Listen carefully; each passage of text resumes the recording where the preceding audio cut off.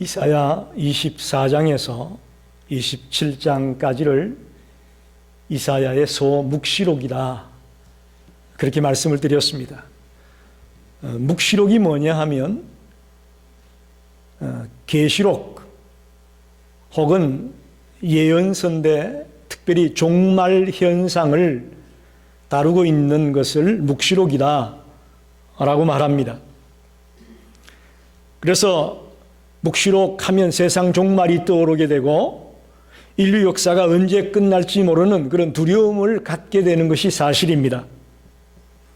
특별히 성경에 인류의 종말에 대해서 기록하고 있는 책이 구약에는 다니엘서, 에스겔서, 예레미야, 이사야 이런 책에서 종말을 말하고 있습니다.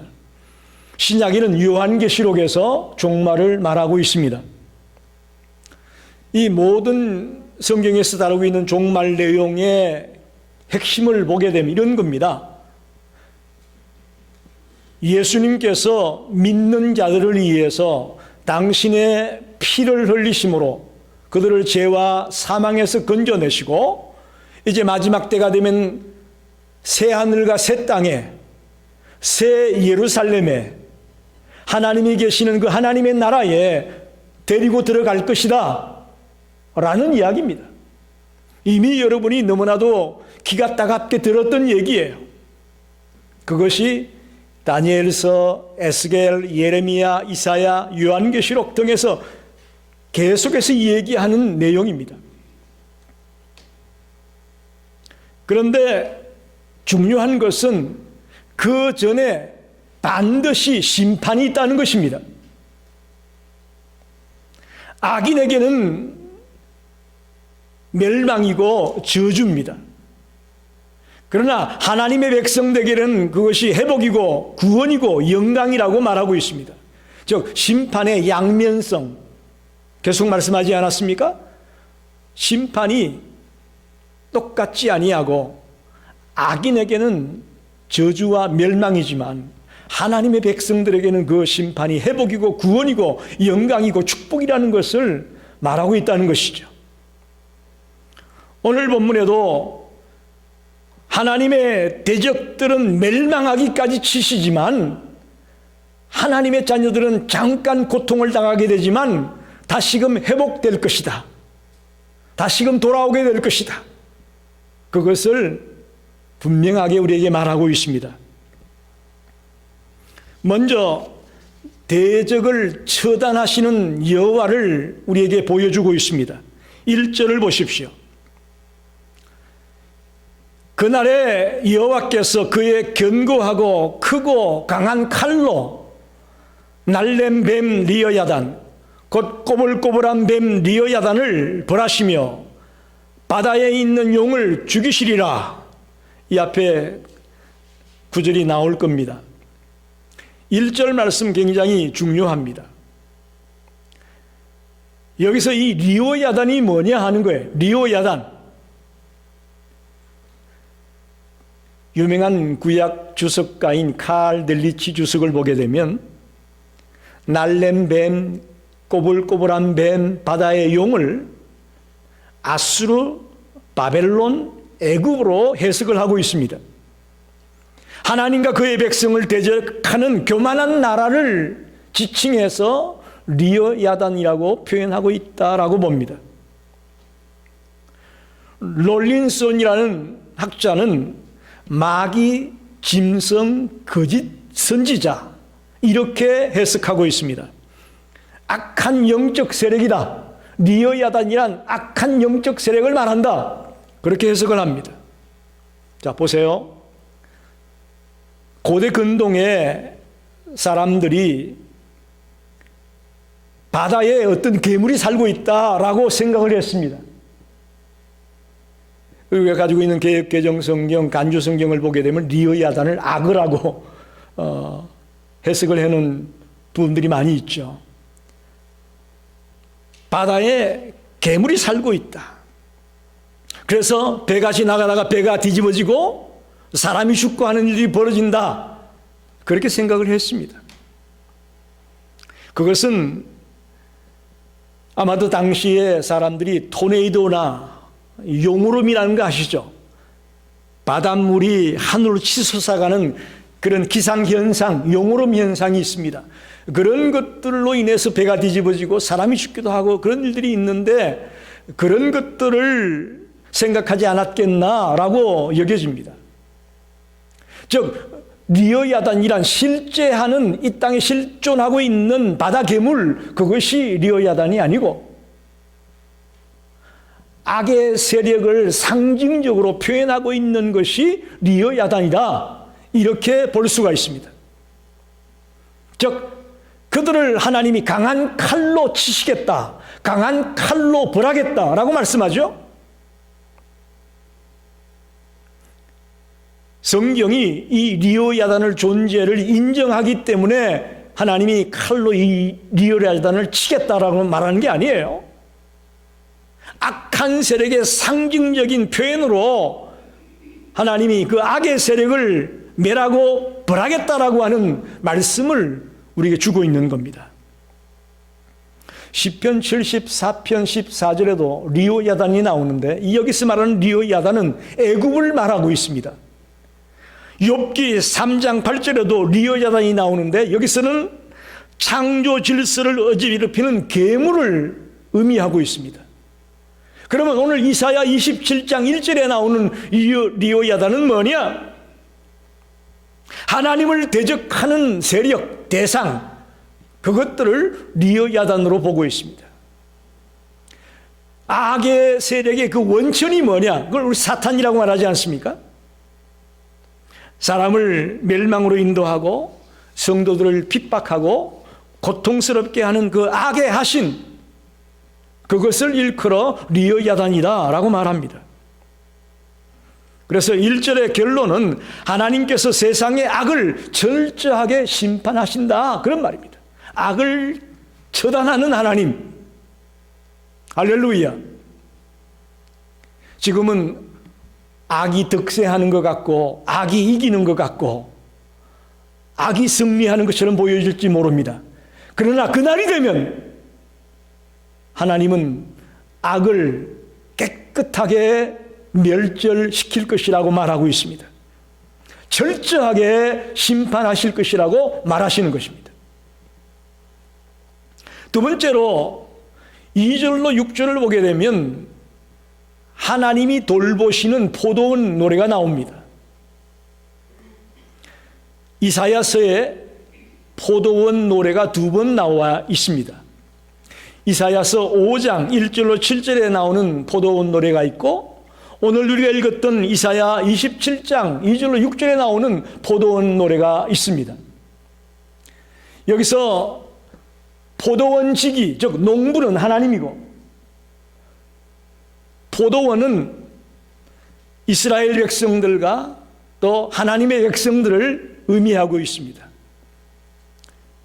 두 노래가 판이하게 대조를 이룹니다.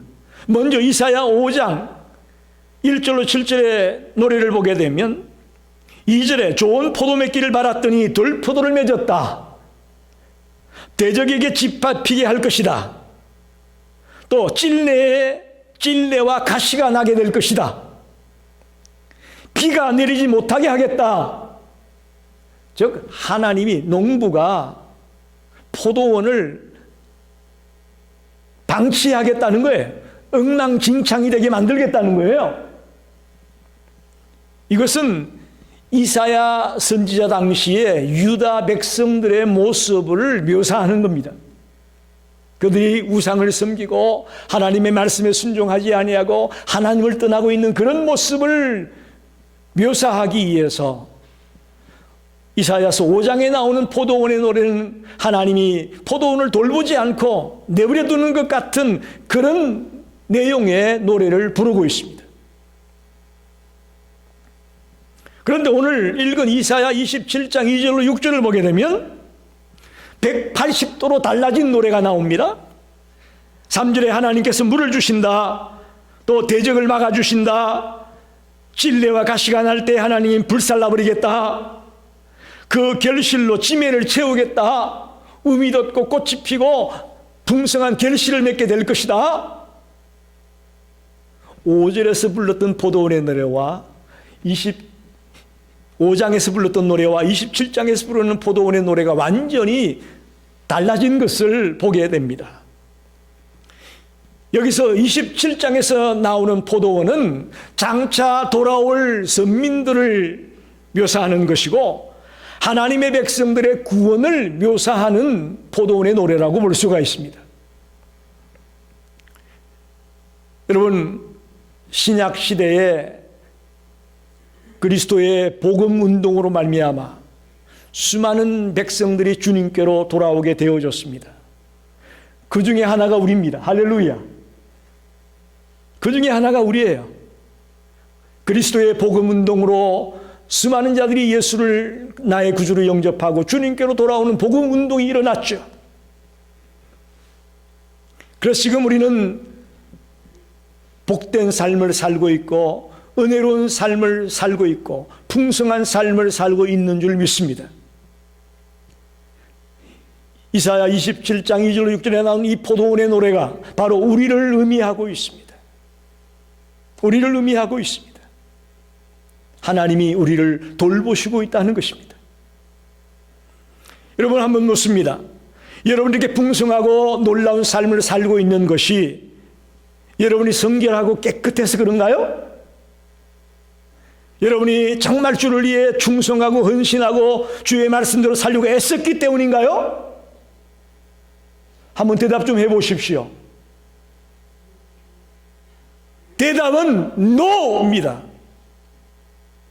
죄송하지만 우리가 성결하고 진실하고 깨끗하고 수고하고 충성하고 헌신된 그런 믿음의 길을 가고 있기 때문에 우리를 돌보시고 있는 게 아니에요. 우리에게 이런 놀라운 풍성한 삶을 살게 해주는 게 아니에요. 하나님의 은혜 때문임을 기억하시기를 바랍니다. 우리는 허물이 많고 부족합니다. 연약합니다. 주님의 은혜에 감사하지도 못합니다. 주님의 말씀에 순종하는 삶도 살지 못합니다. 그래도 불구하고 우리가 이렇게 살아갈 수 있는 것은 하나님의 돌보시는 은혜와 축복 때문임을 분명히 기억하십시오.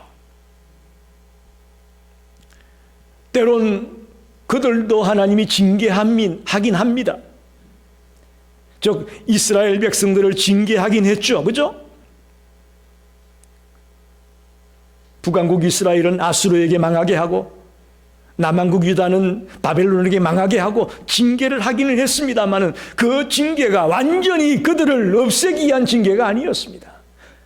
깨닫고 돌아오게 하기 위한 하나의 방편이었다는 것이죠. 예수 그리스도를 통해 오늘 수많은 영혼들이 그분을 나의 구주로 영접함으로 구원받고 돌아오는 이 놀라운 역사가 일어나게 된 것임을 오늘 저와 여러분의 마음 깊이 새기기를 원합니다. 지금도 하나님은 밤낮 주무시지 아니하시고 우리를 인도하고 있고 우리를 보호하고 있고 우리를 지키고 있음을 믿으시기 바랍니다. 여러분, 지난밤 편히 주무셨다가 오늘 교회에 나오셨나요? 그거 우리가 잘나서가 아니에요. 하나님이 밤낮 없이 우리를 돌보고 계셨기에 가능했던 일입니다. 가능했던 일입니다. 이 은혜와 이 사랑을 잊지 말고 늘 주님 앞에 감사하는 삶을 살아갈 수 있기를 부탁을 드립니다. 그럼 마지막으로 어떻게 하나님의 백성을 완전하게 회복이 가능할까? 어떻게 하나님이 저들을 완전하게 회복시켜 주실 수 있을까? 하는 문제를 7절에서 13절에 다루고 있습니다. 하나님이 이스라엘 백성에게 분노하셨던 것은 분명합니다. 그죠? 이사야 5장의 포도원의 노래를 보게 되면 하나님이 분노하셨어요. 그 결과 그들을 멸망시키려 한 것은 아니었습니다. 하나님은 이스라엘을 징계하기는 했지만 악한 세력을 멸망시키듯이 하나님의 자녀들을 멸망시키려고 한 것은 아니었어요. 7절을 봅시다. 7절. 주께서 그 백성을 치셨던들 그 백성을 친 자들을 치심과 같았겠으며 백성이 죽임을 당하였던들 백성을 죽인 자가 죽임을 당함과 같았겠느냐? 이게 무슨 말입니까? 하나님의 자기 백성에 대한 심판과 하나님의 백성들의 원수에 대한 심판이 다르다는 거예요. 할렐루야. 그 백성을 치셨다는 것은 조금 전에도 얘기했지만 아수르를 들어서 이스라엘을 치고 바벨론을 들어서 유다를 친 걸 말합니다. 그런데 그 백성을 친 자를 쳤다. 즉 아수르나 바벨론을 다시금 하나님은 멸망시켜버립니다. 잠깐 도구로서 이스라엘과 유다를 괴롭혔던 그 나라를 이제 하나님은 완전히 멸망시켜버린다는 것이죠. 그 백성을 친 자와 그 백성을 쳤던 자를 치는 것과는 다르다는 거예요. 다르다는 것입니다. 이스라엘을 향한 심판은 처벌과 멸망을 위한 것이 아니었습니다. 교훈을 주고 회복시키고 정화시키기 위한 것이었습니다. 저와 여러분이 인생을 살다 보면 고난당할 때가 있습니다. 환난당할 때가 있습니다. 오늘도 우리 권교사님이 기도했지만 우리 가정마다 문제가 없는 가정이 어디 있습니까? 이거 좀 막아놓으면 또 저게 터집니다. 저걸 좀 막아놓으면 또 이게 터집니다. 살아가는 인생살이 속에 수많은 문제와 일들이 터집니다. 그런데 그런 것들을 통해 우리를 교훈하기 원하고 우리를 정화시키고 우리를 정결케 하기 위한 하나님의 뜻이 있음을 믿으시기 바랍니다. 괜히 골탕 먹이려고 괜히 우리를 힘들게 하려고 그렇지 않습니다. 근데 우리가 아이들을 기르다 보면요, 아이들은 그걸 잘 모르잖아요. 할머니가 아빠가 엄마가 이거 해라 그러면 괜히 골탕 먹이려고 그런 줄 알아요. 아이들은 우리가 믿음이 작으면요 그렇게 생각한다고요. 믿음이 어린아이 같은 믿음에 머물러 있으면요 힘든 일만 생기면 하나님이 왜 날 이렇게 골탕 먹이나, 하나님이 왜 날 이렇게 힘들게 하는 거야, 생각이 짧은 거죠. 우리를 더 성숙시키고 더 정화시키기 위해서 이와 같은 환난을, 고난을, 시련을 주신다는 것이죠. 이스라엘에 대한 징계를 마치면 언젠가는 그들을 돌아오게 하시겠다는 것입니다. 즉 하나님의 자녀들에 대한 징계는 그들을 멸망시키는 것이 아니고 흩어버리는 거예요. 이스라엘과 유다가 다른 나라의 포로로 잡혀가죠. 그랬다가 다시금 돌아오지 않습니까? 흩어버렸다가 돌아오게 되는 것이죠. 그렇게 보면 여러분이 이상하다, 하나님 공평하신데 왜 이스라엘 백성들은 그렇게 하고 아수르나 바벨론 같은 이방 민족에겐 저렇게 할까? 의문이 생길 겁니다. 좋은 퀘스천 마크입니다. 그런 의문을 가져야 돼요. 왜 이스라엘 백성들은 돌아오게 하는데 다른 이방 민족은, 악한 세력들은 그냥 멸망시켜버리고 마느냐 하는 질문을 하게 되죠.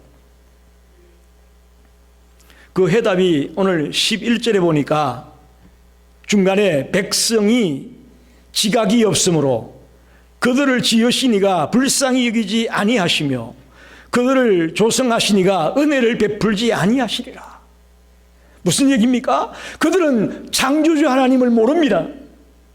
그들은 예수 그리스도를 믿지 아니합니다.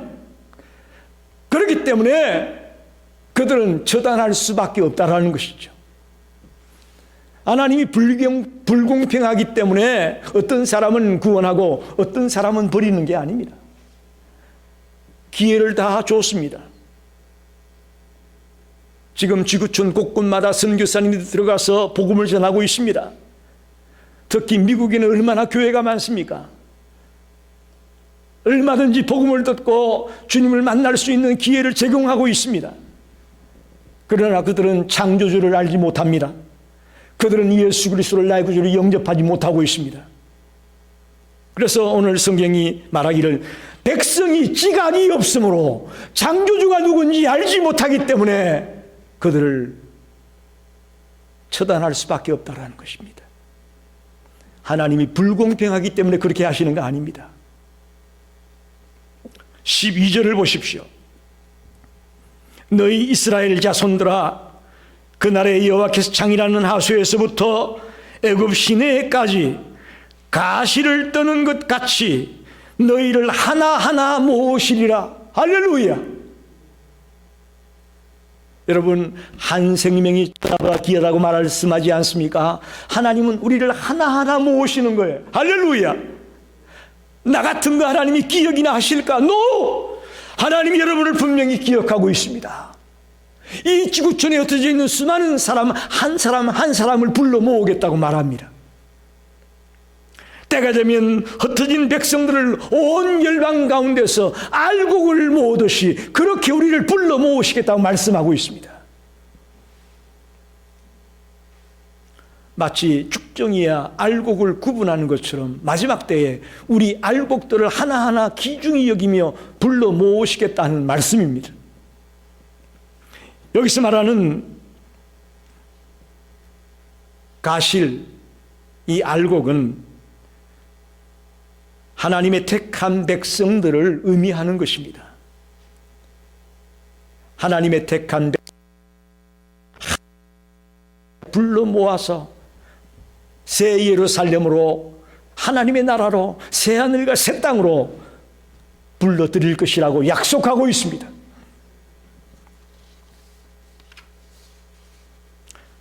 다시 말하면 이런 거예요. 여기서 말하는 이스라엘이 육적 이스라엘이 아니고 영적 이스라엘을 의미한다는 것입니다. 영적 이스라엘이 뭔지 아시죠? 육적 이스라엘은 지금 저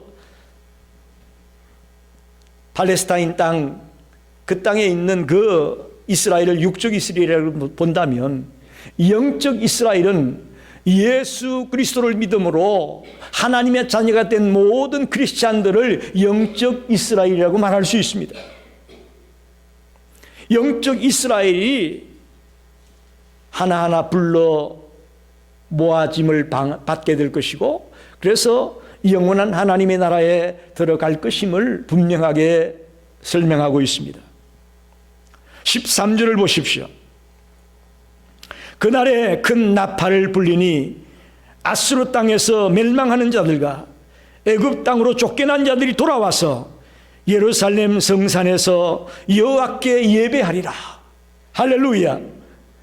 하나님의 언약 백성들이 다 돌아와서 예루살렘 성산에서 예배하는 그날이 올 것이다, 그런 말입니다. 이건 무슨 말입니까? 궁극적으로 세상 종말에 그리스도의 재림의 때에 각지에 흩어져 있던 하나님의 택한 백성들이 죄와 사망에서 건짐을 받아가지고 이제 하나님 나라에 들어가서 하나님을 찬양하며 예배하는 날이 올 것이다, 그런 성경의 가르침입니다. 할렐루야. 하나님이 돌보시는 포도원인 우리들이 이제 마지막 때에 주님의 나라에 들어가서 주님을 찬양하는 이 감격스러운 순간이 우리에게 올 것이라고 기록하고 있습니다. 여러분, 저를 보십시오. 영국 여왕이 별장에 잠깐 쉬러 갔다가 그 별장 주변을 산책을 했습니다. 근데 갑자기 비가 쏟아진 거예요. 그래서 그 가까운 오두막을 찾아가가지고 우산을 좀 빌려달라고 했어요. 우산을 좀 빌려달라고. 그래서 이 오두막집 주인은 그가 여왕인 줄 모르고 살이 부러진 우산, 그야말로 버릴 수밖에 없는 그런 초라한 우산을 빌려줬어요. 그 며칠 뒤에 여왕의 사관이 그 오두막집을 방문했습니다. 여왕이 당신에게 참 감사하다고 전해달라고 했습니다. 그러면서 금일봉과 헌 우산을 도로 돌려줬어요. 그러자 이 오두막 집주인은 너무너무 항공하고 부끄러워가지고 몸둘 바를 몰랐습니다. 자기는 여왕을 푸대접을 했는데 이 여왕이 금일봉까지 줬거든요. 너무너무 항송하고 몸둘 바를 몰랐다는 것입니다. 이와 같이 우리네 인생이 하나님께 이 한없는 은혜와 사랑과 축복을 받고 있으면서도 우리가 그걸 모르고 살고 있다는 거예요. 모르고 살고 있어요. 그렇기 때문에 하나님의 은혜에 감사할 줄도 모르고 죄송합니다마는 우리가 하나님을 푸대접할 때가 많아요. 이 오두막집 주인이 여왕을 몰라보고 살이 부러진 우산을 준 것처럼 우리가 하나님을 푸대접할 때가 얼마나 많냐 이겁니다. 그러나 그럼에도 불구하고 하나님은 여전히 우리를 사랑하고 돌보고 있습니다. 돌보고 있습니다. 요한일서 4장 10절 말씀을 보게 되면 사도 요한이 이렇게 말합니다. 사랑은 여기 있으니 우리가 하나님을 사랑한 것이 아니요 하나님이 우리를 사랑하사 우리 죄를 속하기 위하여 화목제물로 그 아들을 보내셨음이니라. 할렐루야. 이 미련하고 못나고 어리석은 나 때문에 하나밖에 없는 독생자를 화목제물로 내어놓으셨답니다. 화목제물로. 하나님은 우리를 사랑하시기에 목자가 양을 지키는 것처럼 심지어는 자기 목숨을 버리면서까지 우리를 지키고 보호하고 있음을 우리는 발견하게 됩니다. 모든 희생을 아끼지 않으셨습니다. 우리는 이제 남은 생을 살면서 이 하나님의 은혜와 사랑에 감격하며 감사하며 살아가는 자가 되기 원합니다. 그거 모르고 사는 자는요 배은 낭득한 자예요. 불효막심한 자예요. 하나님의 사랑에 감사하며 감격하며 사는 인생이 되어야 됩니다. 여러분 지금 내 곁에 아무도 도와줄 자가 없다고 염려하고 계십니까? 여러분 곁에 하나님이 계심을 믿으시기 바랍니다. 하나님 우리를 돌보고 있습니다. 자기의 모든 것을 던져서라도 우리를 지키실 각오가 되어 있는 분입니다. 그런데 왜 우리는 염려하고 있습니까? 왜 두려워하고 있습니까?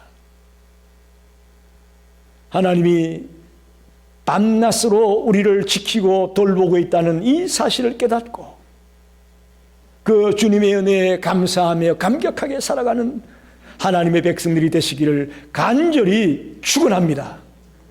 기도하겠습니다.